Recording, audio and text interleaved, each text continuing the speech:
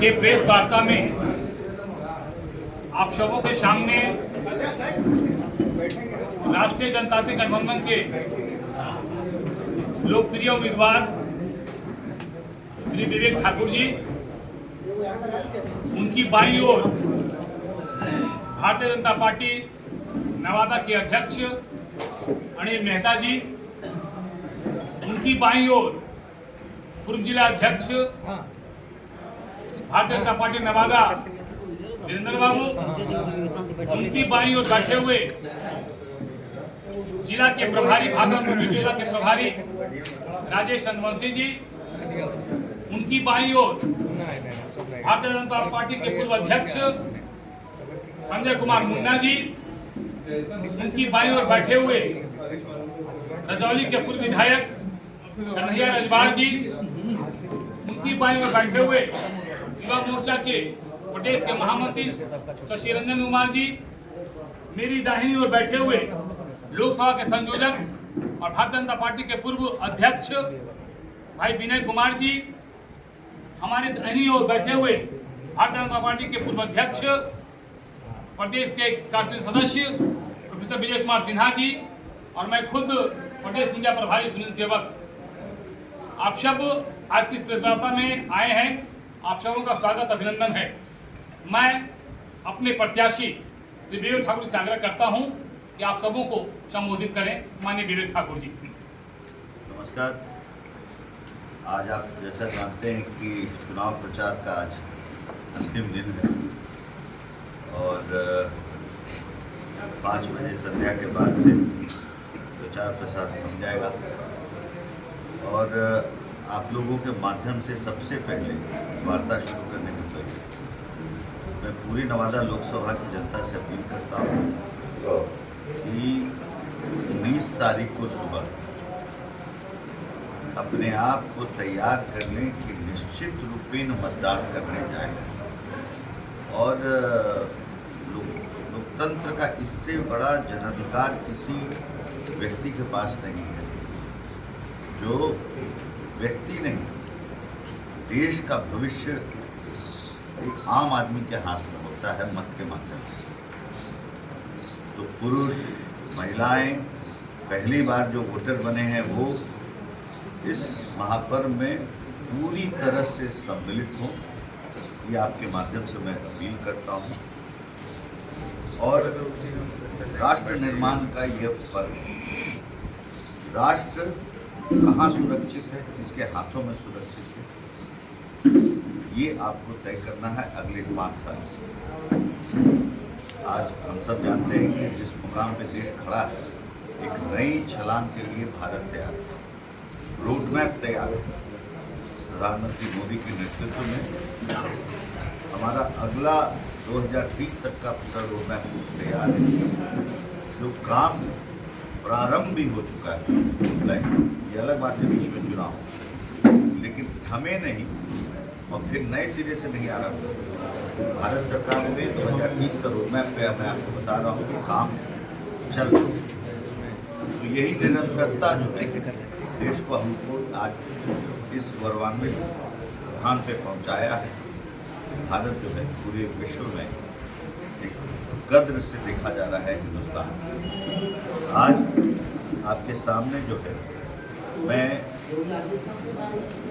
39 नवादा लोकसभा क्षेत्र का जो मैंने संकल्प लिया था 28 तारीख को नामांकन के साथ कि विकसित भारत के साथ विकसित नवादा, उसका एक संकल्प पत्र जारी कर रहा हूँ। उसकी कई बिंदुएं हैं जो मैं आपके साथ एक मौखिक रूप से चर्चा में डालूंगा। इसकी प्रति अभी आप लोग को मिल भी जाएगी और फिर मैं ये कहूँगा कि इसके आलोचना या आकलन से के साथ साथ मेरा यही प्रार्थना आपसे कि कुछ भी और आप या यहाँ की जनता इसमें सुझाव देना चाहे तो स्वतंत्र हैं इसमें सुझाव देना, क्योंकि ये हम सब का जन सहयोग से ही नवादा का विकास हो सकता। आलोचनाओं से नहीं, प्रतिक्रिया से नहीं, सकारात्मक प्रतिक्रिया इस चीज़ को और सुदृढ़ करेगी। तो इसको हम लोगों ने खंड में तोड़ा है, जैसे कि आधारभूत संरचना के कुछ विषय हैं, सिंचाई संबंधित कुछ विषय हैं, पर्यटन जिसमें कि सामान्य पर्यटन और धार्मिक पर्यटन भी है, स्वच्छता का भी विषय है और उससे संबंधित और पार्क वगैरह का निर्माण का भी है, कृषि का विस्तृत है विषय, किन किन पहलुओं को प्रयास करना है, शिक्षा और स्वास्थ्य के क्षेत्र में क्या क्या पहलू हम ले सकते हैं, रोजगार के क्षेत्र में क्या ले सकते हैं, और खेल संबंधी अपने युवाओं के दृष्टिकोण से उनका मतलब खेलो इंडिया जियो इंडिया के तहत कैसे हम यहाँ पर एक नहीं अनेकों निशान बना सकें, ताकि नवादा का देश भर में परचम फहराए हमारे युवा। इस दृष्टिकोण से इन सभी पहलुओं का इसमें जिक्र है। जैसे कि आधारभूत संरचना में हमने ये सोचा है कि ये ठीक है, 3 कैटेगरी में हमें काम करना है नवादा को आकांक्षी जिला निकालने से और विकसित नवादा बनाने। कुछ बड़े प्रोजेक्ट्स उन पर काम करना, ये टाइम टेकिंग, समय लगता है, इसकी एक अपनी प्रक्रिया है। कुछ बड़े जो बीच के स्टेज में आके रुके हुए उनको गतिशील करना है, इसकी आधी प्रक्रिया हुई भी, लेकिन वो कहीं अधर में लटक गई। कुछ जिनका नया डीपीआर और नए सिरे से काम करना, और कुछ जो सामान्य है पुल पुलिया जो राज्य सरकार के साथ समन्वय के साथ अगर आवश्यकता पड़े तो वहाँ केंद्र का भी जहाँ सहयोग मिले वहाँ हम इस तरह का। खेल मंत्रालय से हमें स्टेडियम सबका, नवादा का स्टेडियम है तो उसको आधुनिक करना है। वारसलीगंज और हिसुआ में भी प्रतिभा को निखर के आए, वहाँ भी स्टेडियम का अभाव है तो वहाँ नवनिर्माण कैसे हो। नवादा और शेखपुरा रेल खंड में बहुत काम होना आवश्यक है। तो नवादा में एक भी पार्क नहीं है, ये पार्क बने तो कैसे बने। यहाँ पे हमारे वकील जो बैठते हैं कचहरी में, उनके पास कोई बैठने का तथाकथित बार एसोसिएशन, डिस्ट्रिक्ट कोर्ट है, सब कुछ होने के बावजूद भी जिस अवस्था में बैठे हुए हैं आप सब भली बात है, उनके लिए स्थान उपलब्ध करा के व्यवहारिकता के साथ एक वकीलों के लिए बिल्डिंग का निर्माण हो। ये बहुत ही लंबे बहुत दिनों की बात है। इसमें जो अड़चने हैं समाधान के साथ हम लोग को आगे बढ़ना है, इसके भी प्रावधान इसमें की गई। नवादा और बरबीघा दोनों को पटना दिल्ली से जोड़ने का रेलखंड का निर्माण प्राथमिकता पर कराया जाएगा। नवादा शहर में पूरी नदी को कैसे साफ किया जाए वेस्ट मैनेजमेंट के तहत, इसका भी जो है इसमें जिक्र आपको मिलेगा। यहाँ का जो जाम का इतना बड़ा समस्या है तो उससे संबंधित क्या क्या बाईपास वगैरह का निर्माण हो। जैसे नवादा विधानसभा अंतर्गत कोड़रपुर गांव से कादिरगंज तक बाईपास सड़क का निर्माण कराया गया, इससे नवादा के शहरवासियों को जाम से काफ़ी हद तक मुक्ति मिल जाएगी। एक इसका भी प्रावधान है। कादिरगंज में हमारे जो सिल्क का काम करने वाले को मुद्रा लोन, आप देखे हैं कि भारत का जो संकल्प पत्र भारतीय जनता पार्टी का निकला है राष्ट्र मुद्रा लोन, पहले से भी बिहार में उसका उठना जो है कम है, लेकिन अब उसकी मात्रा भी अब बढ़ा दी गई है, 10 से 20 लाख कर दी गई। किस तरह से बैंकों को कादिरगंज में ले जाया जाए, बैंक उठ के जाए और यहाँ इसका कैंप और मेला लगा के इस योजना को स्पेसिफिक, ताकि नौजवान बड़ी पीढ़ियाँ वहाँ पे बदल गई हैं जो हमारे मुल्क में नौजवान भी आ रहे हैं लेकिन आकर्षण बन नहीं रहा, उनको इसमें ले जाके और एक भविष्य में जब ये व्यवस्थित हो जाए, पूंजी से जब सब लोग का कैपिटल फ्लो ठीक हो जाए तो उसके साथ मार्केट लिंक हम जब कर दें तो उनको नया डिज़ाइन मिलने लगेगा, नया काम शुरू है। अभी क्या है उनका मार्केट लिंक ही नहीं, तो जो अपने से बनाए किसी तरह से बेचने वाले, तो डिमांड सप्लाई की दुनिया में वो फंसी नहीं रहे। जो बनाया 5 साड़ी बनाए वो उनके देश में बेचे, निरंतरता रहे कि उनके पास सब ऑर्डर है, डिज़ाइन है बड़े बड़े शहरों से, संस्थाओं से, ये लिंक भी कराना मुमकिन होगा। एक विस्तृत योजना का हिस्सा बनेगी। आपको जानकारी होनी चाहिए कि पूर्व में भी मैंने वहाँ के अधिकांश बुनकरों को भारत सरकार का टेक्सटाइल का कार्ड उपलब्ध कराया, तो उससे उनका अस्तित्व खड़ा हुआ। एक राष्ट्रीय पैमाने पे टेक्सटाइल में रजिस्टर्ड हो गए कि यहाँ पर इतने बुनकर हैं देश में। अब उस चीज़ को आगे ले जाए। रेलखंड का बात मैंने कही भी आपको, और सबसे जो प्रेस्टिजियस काम है, कठिन है, क्योंकि उत्तर भारत का सबसे बड़ा पूंजी निवेश का एक प्रोजेक्ट है। देश में 2 प्रोजेक्ट ऐसे निर्धारित हुए थे, दक्षिण भारत में एक और न्यूक्लियर पावर प्लांट रजौली जो, इसका 3 चरण का अध्ययन संपन्न हो चुका है। एक आध चरण का जो विषय है, जो संधि होनी है बिहार सरकार का और केंद्र सरकार के बीच, कुछ पानी से संबंधित है। सेस्मिक जोन जिसको बोला जाता है, जो अर्थक्वेक का अध्ययन होता है जिसमें कि वो उसको ये कैटेगरी 2 में है, जो पारित माना जाता है, ये आगे निकल चुका है। तो जो बिंदु हम लोग को अध्ययन करके निकालना है कि कहाँ फंसा हुआ मामला है, इसको लेकर तत्परता से मैं लगूंगा और इसको केंद्र और राज्य सरकार के समन्वय के साथ इसको आगे बढ़ाने का अथक प्रयास रहेगा। क्योंकि अगर इसकी सफलता हमें मिल गई तो हमको लगता है युग युगांतर तक बिहार और नवादा जो है एक नया स्वरूप ले लेंगे। दक्षिण का प्रोजेक्ट आगे बढ़ चुका है, हम अभी फंसे, तो इसको आगे ले जाना है।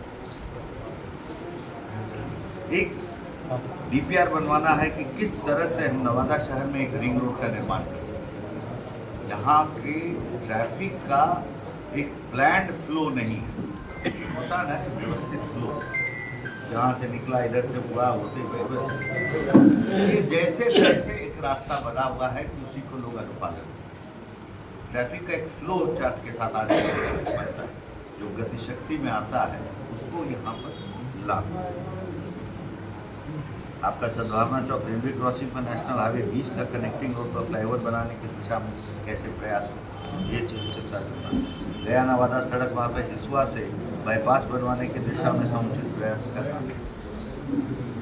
दूसरा, हमारे व्यापारी भाइयों के लिए बहुत महत्वपूर्ण चीज़ है, जिसकी कि निश्चित रूप में व्यवस्था की जाएगी किसी भी बंद से। नवादा के हर एक बाजार में व्यापारियों की सुरक्षा हेतु CCTV कैमरा लगाया जाएगा और बाजार में शौचालय और पेयजल का व्यवस्था की जाएगी। और कई चीज़ है जो आप फिर भी देख सकते हैं। सकरी नदी का जो है पूर्वी पश्चिमी दोनों केनाल सफाई के साथ साथ पहले से जो निर्मित है फुलवरिया सहित सभी जलाशयों का कैसे जीर्णोद्धार करा, सिंचाई सुविधा को किसानों के लिए दुरुस्त किया, क्योंकि सिंचाई पे ही आधारित यहाँ का आम आदमी है। और जो पूर्वज है हमारे, वो देख चुके हैं कि बाबू श्री सिंह के समय में सकरी का जो है उन्होंने लाभ देखा है कृषि के क्षेत्र में। फिर झारखंड का निर्माण हो गया, फिर कुछ अड़चने आती, तो ये 1.5 साल के बाद जो है भारतीय सरकार जो है विपरीत मानसिकता के साथ इस पूरी चीज़ को देखी। विधानसभा चुनाव हो जाएगा और मुझे पूरी उम्मीद है कि आने वाले समय में झारखंड में भाजपा की सरकार बनेगी और उसके बाद हम लोग समन्वय बिहार और झारखंड सरकार ये समन्वय स्थापित करके इस दिशा में हम लोग आगे बढ़ सकते हैं।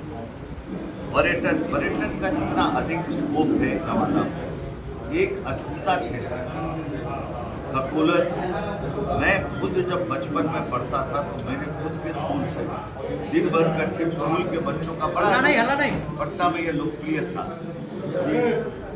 पटना में ये बहुत लोकप्रिय था कि बच्चों को सुबह ककोलत लाया जाता था और शाम को सारी परंपराएं खत्म हो गई।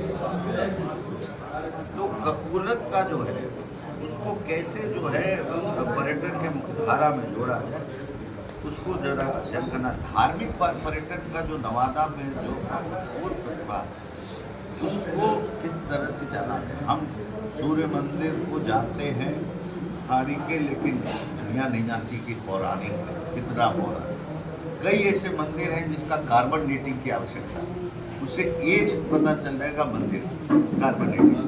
आप तो देख ही रहे ज्ञान प्राप्ति में क्या हो रहा है, कार्बन डेटिंग को पता चला कि कब का है। ऐसे कई हैं हमारे, चामुंडा स्थान है आपको, तो आप अगर बरबीघा सीतामढ़ी है, बरबीघा आप चले जाइएगा तो जो विष्णु धाम है तो हाँ सामस पे, तो वो भी आदि अनादिकाल की मूर्ति है, कोई जानता नहीं। तो दुर्भाग्य से इतनी प्रतिभा, तो ये केंद्र बन सकता है जिससे स्वरोजगार का बहुत बड़ा एक स्कोप जो है बन सकता है। और धार्मिक पर्यटन में आज के डेट में बहुत जोर है, भारत सरकार की भी योजनाएं हैं और केंद्र भी, राज्य सरकार भी इस दिशा में अब कदम उठाना शुरू कर दिया है। तो हम लोग धीरे धीरे करके यहाँ के इस केंद्रों को आधुनिक करते हुए धार्मिक पर्यटन का केंद्र, जैन धर्म के लिए ये बहुत बड़ा केंद्र है और जैन पर्यटक जो है देश भर में, बिहार में बड़ी संख्या में आते हैं। नालंदा तक जाते हैं लेकिन नवादा नहीं आ पाते, पावापुरी जाते हैं लेकिन नवादा नहीं आ पाते। तो उनके जो मुनि लोग हैं जो इस क्षेत्र में काम करते हैं, उनसे भी आग्रह करना है कि यहाँ पे केंद्र स्थापित हो, ताकि उनके माध्यम से भी जैन समाज में ये समझा जाए कि ये भी एक बहुत बड़ा केंद्र है।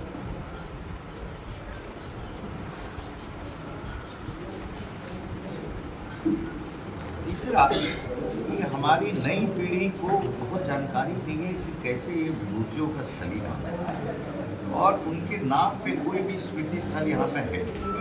मेरा बड़ा स्पष्ट मानना है, उचित फोरम पे दिल्ली में भी और केंद्र में भी मैंने इस बात को उठाया है उजागर कि हम 1897 का सिपाही म्यूटिनी जो हुआ उसको तो हम सब अध्ययन किए हैं, इतिहास में जानते हैं। उसके नायक के बारे में मंगल पांडे, ये भी इतिहास में है और हम सब जानते। लेकिन उससे पहले नवादा में जवाहर रजवार और इकवा रजवार, कारू रजवार, ऐसे 3 सिपाही जिन्होंने अंग्रेजों का नाक में दम कर दिया था, इसकी कोई चर्चा नहीं है। वो हमारे रजौली के रहने वाले, गजेटियर में उसका जिक्र है कि कितने साल के बाद वो पकड़े गए और उनको फांसी की सजा। तो ऐसे विभूति जो प्रेरणा बन सकते हैं हमारे स्वतंत्रता सेनानी, उनके नाम पे स्मृति स्थल का भी निर्माण है कि लोग जाने कि ये हमारे ही यहाँ के लोग हैं जो कि इतने बड़े योद्धा रह चुके हैं। कई लोग हैं, अलग अलग समाज मानता है अपने, कन्हैया लाल साहू है, उनके नाम पर कोई स्मृति का स्थान बने, ईश्वर चौधरी के नाम पर स्मृति पद का निर्माण हो सकता है। तो ऐसे करके एक गौरव स्थली है। महाराष्ट्र में हम जाते हैं तो हम देखते हैं कि गांव क्षेत्र जो है ज्योतिबा फुले के बारे में कोई स्थान है, छत्रपति शिवाजी के बारे में है और स्थानीय हमारे जितने भी नायक रहते हैं उनके बारे में जिक्र रहता है। दक्षिण भारत के दुर्भाग्य से इसका प्रचलन नहीं है, जिसको मोदी जी ने पुनः वापस किया। जो हमारे विरोधी जो है कहते हैं कि इतिहास लेखन नए तरीके, हम बड़ा सीधा, ऐसे जवाहर रजवार जैसे जो आज़ादी में 5 आदमी से तो आज़ादी मिली नहीं, जिक्र 5 आदमी का इतिहास के पढ़ो, क्योंकि वामपंथियों ने इतिहास लिखा तो अपने सुविधा के अनुसार स्थान दिया। जयप्रकाश जी का जिक्र कितना है आधुनिक भारत के इतिहास में, आपको मात्र 3 से 4 लाइन, वो भी सबसे जो ख्याति प्राप्त किताब पढ़िएगा मॉडर्न इंडिया का तो बिपिन चंद्रा द्वारा लिखा हुआ है, उसी में आप देखिए 3 से 4 लाइन का जिक्र है। तो हमने क्या किया, यही किया कि जो अनसंग हीरोज है, जिसकी गाथा नहीं किसी ने सुनी, उसको उजागर करके भी अपने नई पीढ़ी के लिए लाया। उस हिसाब से इसके मद्देनजर इस चीज़ को हम लोग यहाँ पे स्थापना किए ले जाएंगे। पार्क का मैंने जिक्र कर ही दिया कि पार्क को कैसे कैसे हर चौराहों पर शौचालय का निर्माण हो, डंपिंग एरिया जो है वेस्ट मैनेजमेंट के तहत जो कचरा का ढेर पूरे शहर में बैठा रहता है, इसका एक जगह निर्धारित हो, इसके लिए भी एक प्रावधान हम लोग करेंगे पर्यावरण संरक्षण के दृष्टिकोण से। कृषि संबंधी काफ़ी कुछ ऐसी जो है योजनाएं हैं जिसका जिक्र इसमें आपको दिखा देगा। पंचायत स्तर पर सहकारिता मंत्रालय ने एक बहुत ही बड़ी योजना जो है कुछ महीने पहले लागू किया, जिसमें सभी पैक्स का भवन का निर्माण होगा और स्टोरेज का प्रावधान किया जाएगा, जिसमें हमारे किसान जो पैदावार हो जाता है उनको लगता है कि अब तुरंत बेच ही देने में बुलाएंगे और वो आनंद फानंद में पौने दाम में बेचते हैं। उनके लिए प्रावधान होने जा रहा है। ये प्रधानमंत्री का ये बहुत ही किसान के लिए लाभप्रद योजना है कि वो अपने पैदावार को इसमें रख सकते हैं और जब उचित मूल्य हो तब इसका बिकवाली हो, तो उनको रखने का स्थान प्राप्त है। और उसी पैक्स भवन में गाँव की आबादी के लिए जन औषधि केंद्र का खुलना तय हुआ। तो ग्रामीण आबादी को सस्ती दवा, अभी तो जन औषधि केंद्र अधिकांश आपको 9000 देश में है लगभग, वो आपको बड़े शहरों में दिखेगा, लेकिन गांव में जब जन औषधि केंद्र पहुंच जाएगा, बीमार तो आम आदमी भी गाँव में है। डायबिटीज तो कोई ऐसा तो नहीं है कि शहर के लोगों को है, अब गाँव में अब सब हर तीसरा व्यक्ति को पहुँच गया। बड़ी महंगी उसके इलाज होती है, क्योंकि आजीवन खाना है। लेकिन जन औषधि केंद्र में बहुत सस्ता मिलता है उसका दवा, उसका लाभ मिलेगा उसको। तो इसको नवादा जिला में किस तरह से हम अधिक से अधिक प्राथमिकता में इसको क्रियान्वित कर सकें, ताकि हमारे ग्रामीण जनता को, किसानों को इसका लाभ पहुँच सके। एक इसके उपरांत एक कृषि सेंटर जो है, हम लोग imperial council of agriculture research centre, मतलब ICAR के माध्यम से इसको खोला जाए, ताकि किसानों को सही समय पे एक ही जगह मिट्टी की जांच, मौसम का अनुकूल फसल की जानकारी इत्यादि की सुविधा मिल सके। एक पॉइंट पे पूरा जिला का आए, किसान अपना समझे, कोई समस्या का निदान हो। ये भारतीय कृषि अनुसंधान केंद्र के माध्यम से इसका एक केंद्र खुलवाने की कोशिश करें। सक्रिय जलाशय योजना का मैंने काम आपको जिक्र बता ही दिया है। शिक्षा के और स्वास्थ्य के केंद्रीय विद्यालय का जो है अति शीघ्र जो है इस पूरे चीज़ का, क्योंकि केंद्र द्वारा ये पारित जो 5 स्थान है बिहार में, उसमें से एक चिन्हित नवादा भी है। ये बिहार सरकार के साथ इस स्थान के लिए, जगह के लिए ये कहीं भी उपलब्ध हो जाए, 15 किलोमीटर के रेडियस में, ये किसी भी क्षेत्र में हो जाए, हम इसको सहज स्वीकार करेंगे। यही नहीं कि हमारा नवादा के शहर के बीच में 15-16 किलोमीटर के रेडियस में जहाँ भी उपलब्ध हो जाए।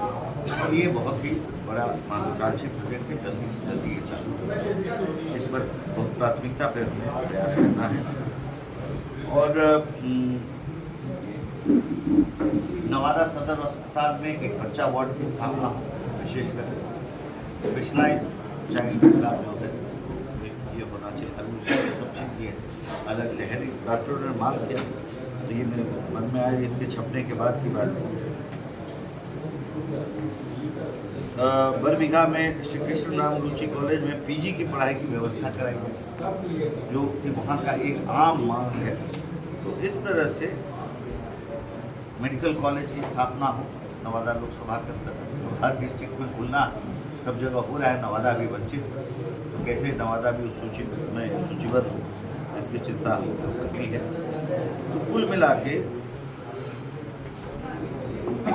रोजगार के क्षेत्र में विश्वकर्मा योजना को एक और तेजी से आगे बढ़ाना, ये हमारे विश्वकर्मा समाज में जितने हुनरमंद हैं सबकी योजना है, जो कि आम आदमी और गरीब को छूता है।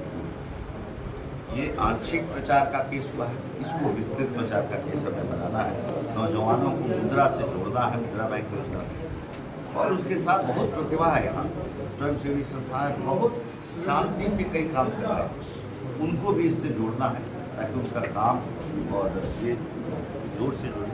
और साथ साथ स्टेडियम का मैंने बात ही किया कि रनिंग ट्रैक सहित इन खेलों के जो है स्पोर्ट्स कॉम्प्लेक्स का निर्माण, ताकि एथलेटिक साइड भी जो है वो भी जो है आज के दिन में भारत का पूरे दुनिया में ओलंपिक्स में सभी खेल में आम खिलाड़ी जो है, जो गाँव का है, वो एक्सेल कर रहा है, हमें मेडल मिल रहा है, हम एक अच्छे परफॉर्मर के रूप में हम ओलंपिक्स तक पहुँच रहे हैं।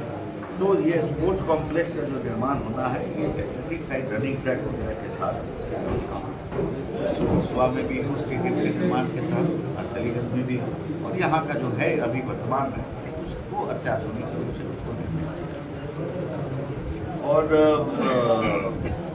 एक और आपके साथ साझा करना चाहूँगा, आने वाले समय में एक व्यवस्था में बैठाना चाहूँगा कि हर एक 6 विधानसभा से जो हमारे दलित परिवार के और अति पिछड़ा परिवार के जो एकदम जिनकी आस्था प्रभु श्री राम में किसी से कम नहीं है, लेकिन वो न सक्षम हैं न वो उतने शिक्षित हैं कि वो अयोध्या जाके प्रभु राम का दर्शन कर सकें। एक व्यवस्था बैठाई जाएगी कि 6 विधानसभा से समाज का जो हमारा अंतिम तबका का जो पादान पे बैठा हुआ वर्ग है, उसको जो है अयोध्या ले जाया जाए और प्रभु श्री राम के दर्शन से वह भी वंचित नहीं है। जो सक्षम है वो तो चले ही जाए, लेकिन वो जो दूर से ही राम को याद करके बैठा है। अब तो राम आ चुके हैं तो उसका भी हक नहीं बनता है राम दर्शन का। इसकी व्यवस्था 6 विधानसभा में साल दर साल एक ऐसा व्यवस्था होगा कि चलता जाएगा निरंतरता के साथ।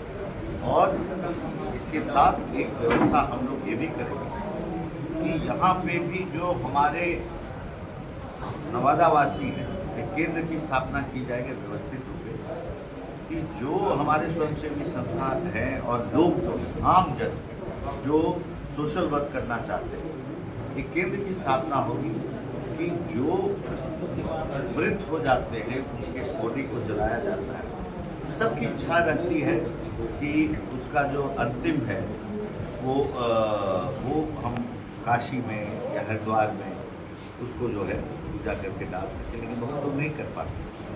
तो हम लोग एक व्यवस्था ऐसी बैठाएंगे, वहाँ पे हमारे वॉलंटियर रहेंगे, लोग रहेंगे, उसको एकत्रित करेंगे और विधिवत पूजा होकर उनको जो है या तो काशी में या हरिद्वार में इसका एक व्यवस्था बैठाई जाएगी और पुनः उस वापस उस परिवारजनों को वहाँ का पूजा अर्चन के बाद जो है प्रसाद वो निर्गत कराया जाएगा। तो सांस्कृतिक उत्थान के दृष्टिकोण से यही सब कुछ बात जो है नवादा के दृष्टिकोण से विकसित नवादा के संकल्प जो है उसको हमने साझा किया है, एक स्वरूप आपके साथ साझा किया।